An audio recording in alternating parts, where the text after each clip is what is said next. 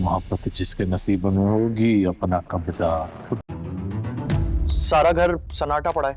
लग रहा है असलम साहब ने आज रात निकलने का खड़ा और हम सबको जिंदगी में किसी न किसी के किए की सजा मिलती है।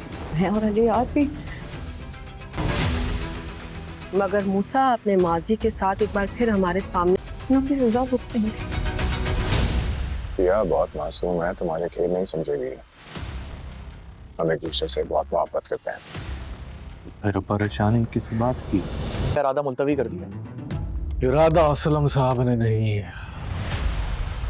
पिया जी ने बदला है। तुम्हारे साहबजादे पे इश्क का भूत सवार और उसका ये इश्क। नाजरीन, जब सावल और पिया बात करते हैं और सावल उनको कहता है कि आप यहाँ से चले जाएं, लेकिन पिया कहती है कि अब तो हमने यहाँ से जाना ही नहीं और मैं तो हर हालात का अपडेट कर यहाँ से मुकाबला करूँगी और तो अब मैं इस जंग में बिल्कुल अकेली ही सही। लेकिन सावल कहता है कि मैं आप इस जंग में बिल्कुल भी अकेली नहीं, जब भी आप आवाज़ देंगे मैं आपकी एक आवाज़ पर आपके पास हाजिर हो जाऊँगा। तो जब से ये बातें करते हुए अलियार उनको देख लेता है और फिर अलियार सावल के पास पहुँच जाता है और वो कहता है कि मैं तो तुमसे एक बात करने आया। तो फिर सावल अलियार से कहता है कि तुम क्या चाहते हो। तो अलियार कहता है कि ये सवाल तो मुझे तुमसे करना चाहिए कि तुम क्या चाहते हो बताओ। तो सावल कहता है कि मैं तो कुछ भी नहीं चाहता, मैं तो अपने हुक्म पूरा कर रहा हूँ जो मेरा फर्ज है। अलियार सावल को कहता है कि मैं और पिया एक दूसरे से बहुत ज़्यादा मोहब्बत करते हैं। तो इस बात पर सावल कहता है कि तो तुम इतना घबरा क्यों रहे हो? अगर तुम मोहब्बत करते हो तो फिर मोहब्बत पर यकीन भी रखो। तो कहता है कि मुझे अपनी पिया पर तो बहुत ज़्यादा भरोसा है, लेकिन मुझे तुम पर कोई भरोसा नहीं। इसलिए इस बार मैं तुम्हें वार्न करने आया हूँ, यानी वार्निंग देने आया हूँ कि अगली बार ऐसा कुछ ना हो। तो ये सब कह के वो यहाँ से चला जाता है। और दूसरी तरफ ये भी दिखाया जाता है कि सावल खास बंदा टीपू उसके पास आता है और वो कहता है कि सावल भाई आज तो